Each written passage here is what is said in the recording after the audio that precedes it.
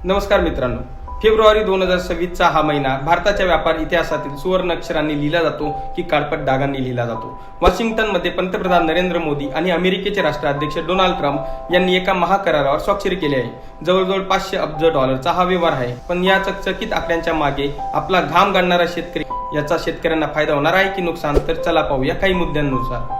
निर्यातीची संधी। अमेरिकेने भारतीय वस्तूंवरचं आयात शुल्क 18% खाली आणले।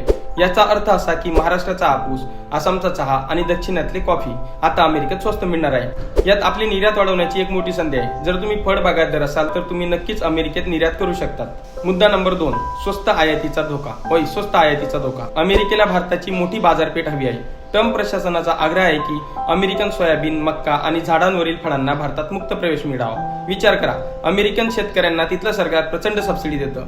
तिथला माल जेव्हा आपल्या बाजारात स्वस्त दरात येईल तेव्हा आपल्या सोयाबीन उत्पादक शेतकऱ्यांचं काय होईल? लातूर आणि वाशिमच्या मार्केटमध्ये जर अमेरिकन सोयाबीन स्वस्त विकलं जाऊ लागलं तर आपल्या शेतकऱ्यांना हमीभाव कोण देणार? मुद्दा नंबर 3, दुग्ध व्यवसाय आणि जीएम पिकांचे संकट।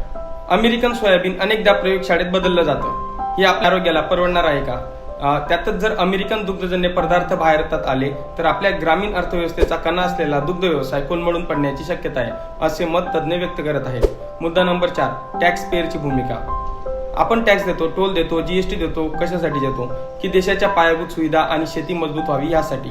पण जर हे करार फक्त IT सेक्टर आणि मोठ्या कंपन्यांच्या फायद्यासाठी असतील आणि शेतीचा बळी दिला जाणार असेल तर हा कसला विकास आहे? मोदी आणि ट्रम्प डील ही भारतासाठी एक मोठी संधी नक्कीच आहे, पण ती शेतकऱ्यांसाठी फास्ट ठरू नये हीच अपेक्षा आहे। तुम्हाला काय वाटतं? अमेरिकन माल स्वस्त आला तर फायदा होईल की नुकसान? तुमचं मत कमेंटमध्ये नक्की सांगा आणि हा व्हिडिओ प्रत्येक शेतकऱ्यांपर्यंत पोहोचण्याचा प्रयत्न करा।